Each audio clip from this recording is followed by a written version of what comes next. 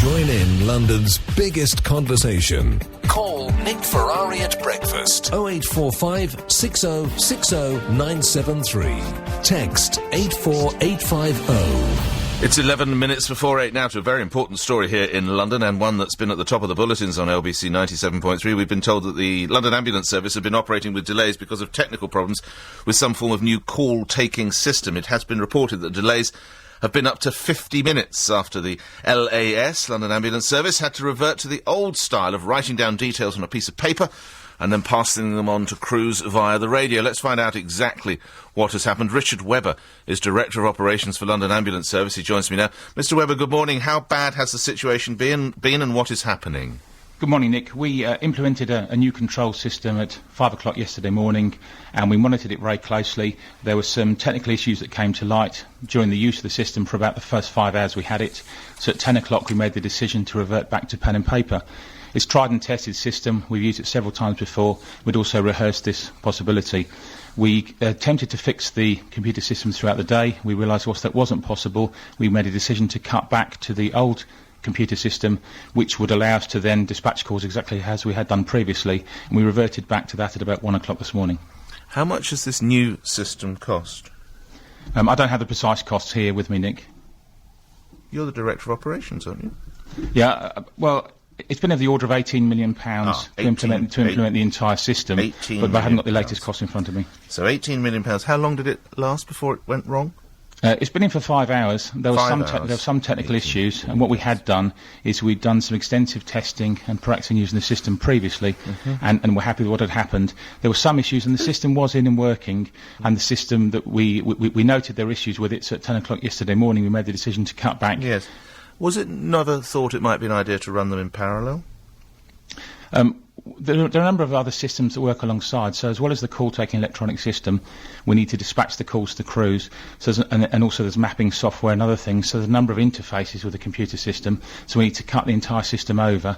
So we did keep the other system live, and the decision was taken, the safest time of day to roll back was that whilst the system was in the background, was to roll back as we did at 1 o'clock this morning. What's happening now, then? What system is in place now? We have the old system in place. The old computer system. The one that we've had in place successfully for 15 years. Right. We reverted back to that. And what I'd like to reassure Londoners is that we are still providing a good, high-quality, safe service to the people of London.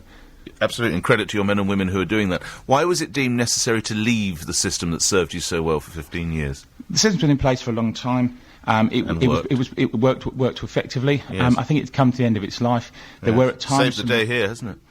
Well... But bearing in mind, at the time we brought it in, we were taking about 500,000 calls a year. We've now moved to 1.5 million calls a year.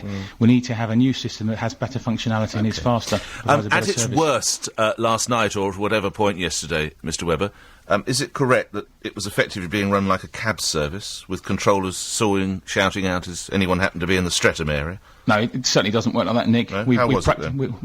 The calls are taken down by paper, they're written down by call takers, and then they're passed to one of 24 dispatch areas. But how do you know where your ambulances are? Because we maintain a system on paper that tells us where all our vehicles are. On paper? Yes. So it is like a cab firm, isn't it? Well, no, it isn't. It's more... Well, you haven't got a tracking, but without your computer system, it is effectively, is anyone in Streatham High Street? No, it doesn't work like that. We are aware of our vehicles. How do you know where they are if you're on paper? Because you maintain a paper log. When the crew becomes available, we still use the radio. We have tracking within the system that tells us where the crews are. Mr. Webber, as you know better than I, sir, because you run it, ambulances are always on the move, and sometimes they move jolly quickly, so you keep saying we keep it on paper. That's, frankly, sir, ludicrous. Your tracking system clearly was not going to work, is it? So I put it to you again. You are having to say, is anyone near Streatham? No, it's not what happened. When we pass the details to the crew, we're aware of where they are. They maintain radio contact with us.